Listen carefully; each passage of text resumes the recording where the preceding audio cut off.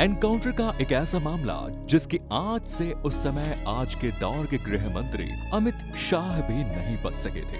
इतना ही नहीं, इस केस की जांच में कई आईपीएस अफसर भी आए। इस मामले पर जितने सवाल खड़े किए गए उतने ही बवाल भी खड़े हुए। यहाँ तक कि जस्टिस लोया को इस दौरान अपनी जान से हाथ भी धोना पड़ा और इन दोनों मामलों की कड़ी एक साथ जोड़कर देखी जाने लगी।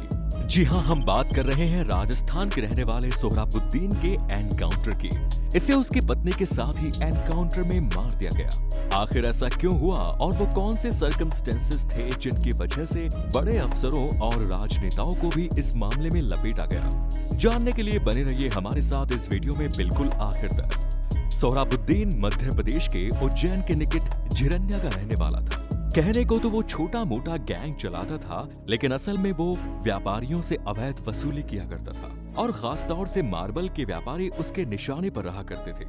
अंडरवर्ल्ड के सबसे कुख्यात अपराधी दाऊद इब्राहिम से भी इसके संबंध जोड़कर देखे जाते थे। इतना ही नहीं, कहते हैं कि एक बार उसके घर में जब छापा पड़ा तो बड़ी संख्या में AK-47 राइफलें मिली। हालांकि बाद में ये बात भी कही गई कि ये राइफल उसके घर में प्लांट की गई, लेकिन सोहराबुद्दीन अपने गैंग के साथ जिन व्यापारियों की वसूली किया करता था, धीरे धीरे उन्हें प्रशासन पर सोहराबुद्दीन की गतिविधियों पर नकेल कसने के लिए दबाव बनाना शुरू कर दिया।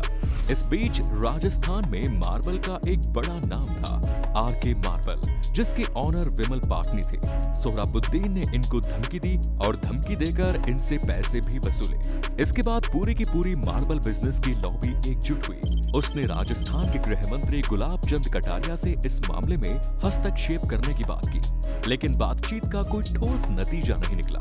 इसके बाद मार्बल लॉबी अहमदाबाद पहुंची और गुजरात के तत्कालीन गृह राज्य मंत्री अमित शाह से मिली। उनसे अपनी समस्याएं बताई। अमित शाह ने इस मामले में गुजरात के तत्कालीन DG बंजारा से बात की और उन्हें इस मामले पर कार्रवाई करने के लिए कहा। लेकिन इस मामले में सबसे बड़ा पेच ये था कि सोहराबुद्दीन के खिलाफ गुजरात में कोई भी मामला नहीं था। राजस्थान में इस मामले पर कार्रवाई होती नजर नहीं आ रही थी। उस वक्त राजस्थान की क्राइम ब्रांच के चीफ थे अभय चुडासमा। इस मामले में CBI ने कोर्ट में जो चार्जशीट पेश की, उसके अकॉर्डिंग सोहराबुद्दीन को एक बड़े स्तर का अपराधी बनाने में इनका बहुत बड़ा हाथ था। इनकी सोहराबुद्दीन के साथ अच्छी खासी सांठगांठ थी।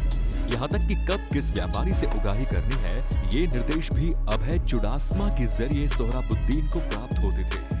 दोस्तों, वीडियो में हम आगे बढ़ेंगे, लेकिन जो नए साथी हैं उनसे रिक्वेस्ट है कि जल्दी से चैनल को सब्सक्राइब कर लें ताकि हमारी वीडियोस की नोटिफिकेशन आपको मिलती रहेगी।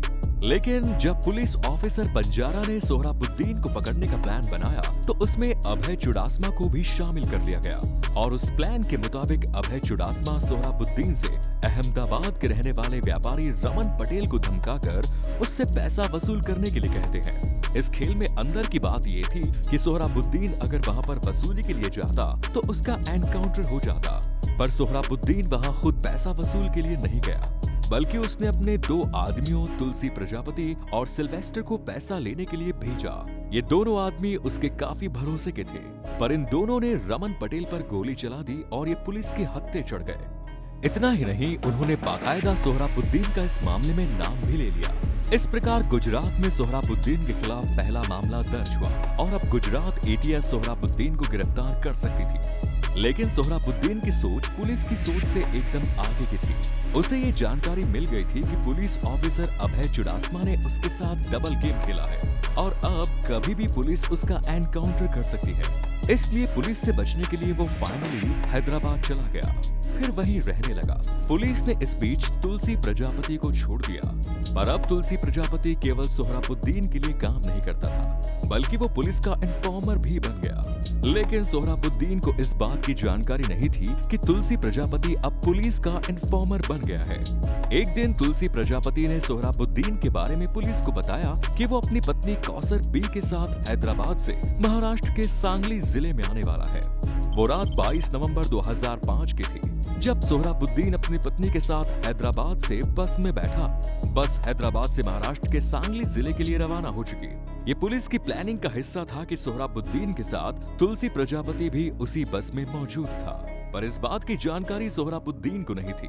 तुलसी प्रजापति ने बाकायदा बस की टाइमिंग, बस का नंबर भी पुलिस को बता दिया। पुलिस की टीम बस के गुजरात में आने का इंतजार कर रही थी। 22 नवंबर की रात बीत चुकी थी और अब 23 नवंबर की रात गुजर रही थी।